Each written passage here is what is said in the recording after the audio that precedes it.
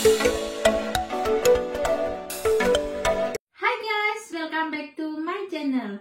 So, hari ini aku akan membahas tentang pertanyaan-pertanyaan kalian di inbox aku, terutama yang paling banyak ditanyakan. Tapi guys, sebelum video aku mulai, jangan lupa subscribe. So guys, banyak banget yang bertanya di inbox aku tentang lulusan SMA, apakah bisa kerja ke Australia?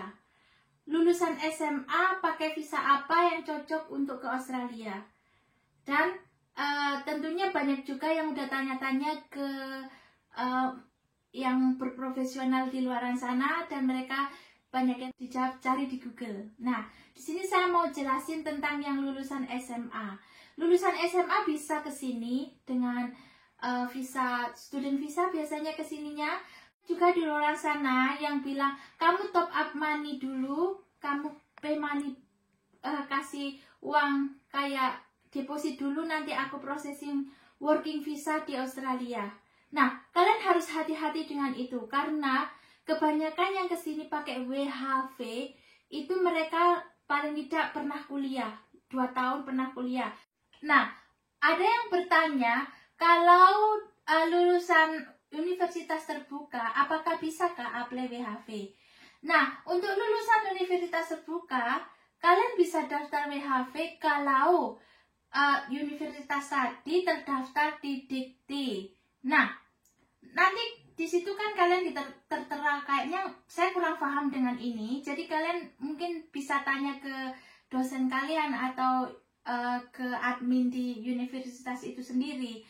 Dan kalian untuk mendapatkan working holiday visa, banyak yang tanya juga simpang siur, apa apply WHV dulu, apa apply ini. Jadi kalau kalian bisa dapetin WHV kalau kalian udah punya SRPI. Dan SRPI itu sendiri bisa dilihat di website di bawah ini. Nah, aku lanjutin lagi untuk yang lulusan SMA. Untuk yang lulusan SMA, kalian bisa kesini pakai student visa. Wah, kalau student visa saya nggak bisa kak, karena mahal. Ada studi yang mahal, ada yang studi yang murah. Tergantung apa major kalian, tergantung tingkatan studi itu tadi. Nah, mau apply apa aja semua pakai uang dan mahal. Semua pakai harus ada deposit uang di bank, karena pemerintah Australia mau melihat apakah kalian bisa menjamin kehidupan kalian di sini selama kalian melakukan atau menempuh pendidikan.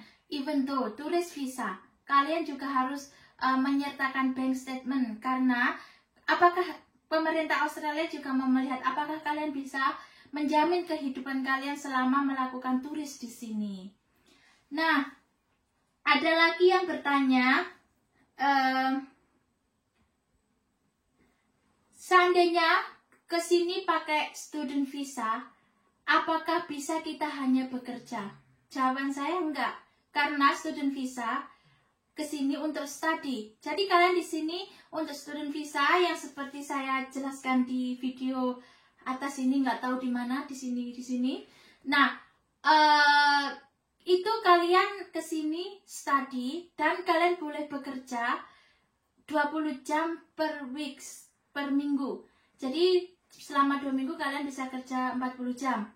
Nah, kalau kalian memang kurang cukup, biasanya di sini student mereka kerja cash and hand. Sebenarnya saya nggak boleh bilang cash and hand karena emang nggak boleh. Kalian kan di sini bekerja juga harus bayar tax. Nah, itu tadi. Jadi nggak seperti profil di Instagram, profil di Facebook atau di YouTube atau dimanapun berada. Kehidupan di sini sama seperti kehidupan di Indonesia. Kalian harus bekerja, di sini harus bayar tax. Kalau di Indonesia kita nggak bayar tax untuk bekerja, kalau di sini taxnya mahal. Kadang kerja kita kalau student biasanya kadang underpay. Apa yang dimaksud underpay? Biasanya mereka digaji kayak $15 per jam atau paling tinggi $20. Ada lagi yang lebih tinggi tergantung di mana kalian bekerja. Dan untuk kehidupan di sini itu juga itu sangat mahal, nggak murah seperti yang dibayangkan atau kita bisa hidup wow mewah dan lain sebagainya. Di sini juga mahal kehidupannya. terutama di Sydney. Nggak tahu yang tempat lain karena belum nyoba. Nah, apakah kehidupan kalian bisa terjamin di sini? Itu tergantung dari kalian sendiri. Itu banyak banget yang ditanyakan. Biaya untuk ke sini itu tergantung major apa yang kalian mau ambil. Jadi kalian mau ambil pendidikan apa? Semakin tinggi pendidikan kamu, semakin seperti hukum dan lain sebagainya, kayak dokter dan lain sebagainya, itu semakin mahal. Jadi tergantung major apa yang mau kalian ambil. Kalau short course kayak English course atau yang lain itu agak murah. Nah, ada lagi yang tanya, Kak, kalau seandainya saya kesini pakai turis visa terus ganti ke student visa, apakah bisa? Kalian bisa ganti turis visa ke student visa kalau Kak di turis visa itu tadi nggak ada no father stay-nya. Gimana cara dapetinnya? Itu semua tergantung dari imigrasi, kita nggak bisa meminta, jadi langsung dapat di visa itu tadi. Nah, ada lagi yang tanya tentang SMA langsung bekerja ke sini, apakah bisa?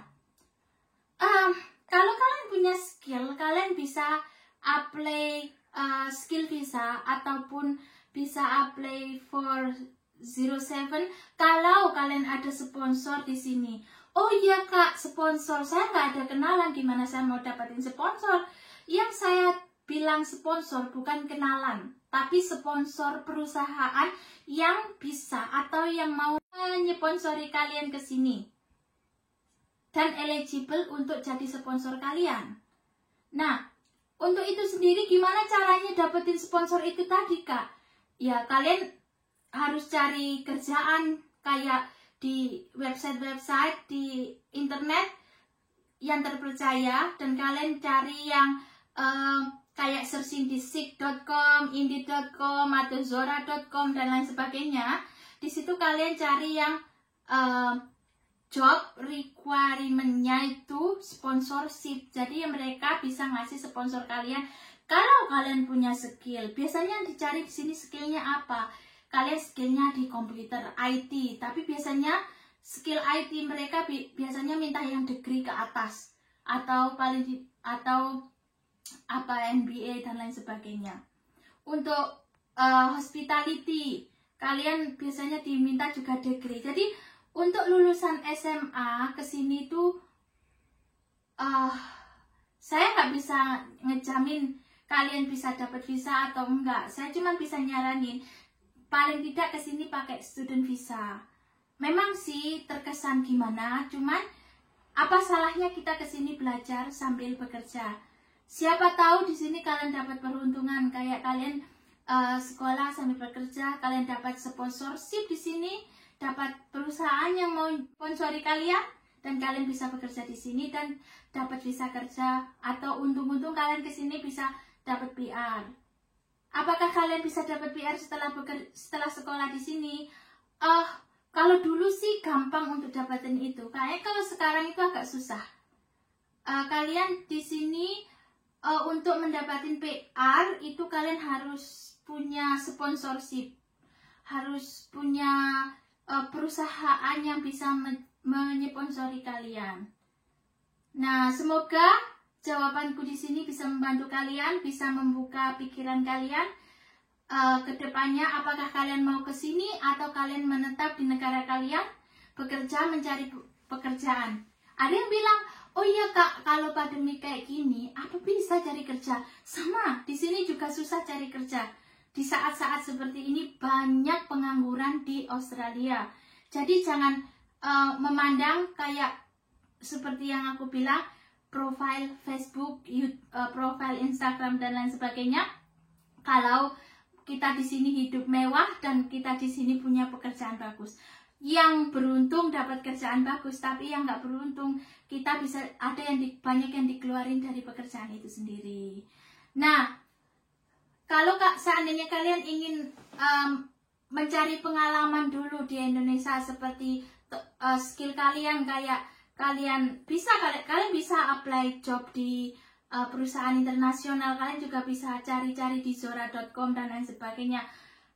mungkin memang susah, sama seperti di sini susah. Cuman kan berusaha, apa salahnya?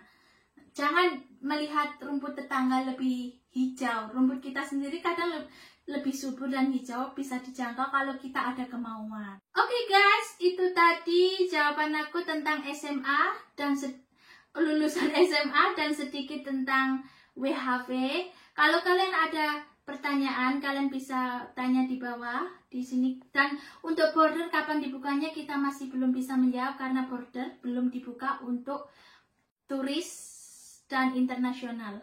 Yang bisa ke sini itu cuman PR, citizen, dan orang Australia itu sendiri.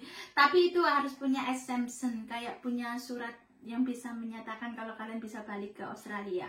Jadi untuk WHV, turis dan student dan lainnya saya belum bisa memberi jawaban karena border masih ditutup. Semoga kalian happy dengan jawaban saya. Semoga bisa membuka jalan pikiran kalian ke depannya. Dan good luck in the future. Happy New Year. Bye.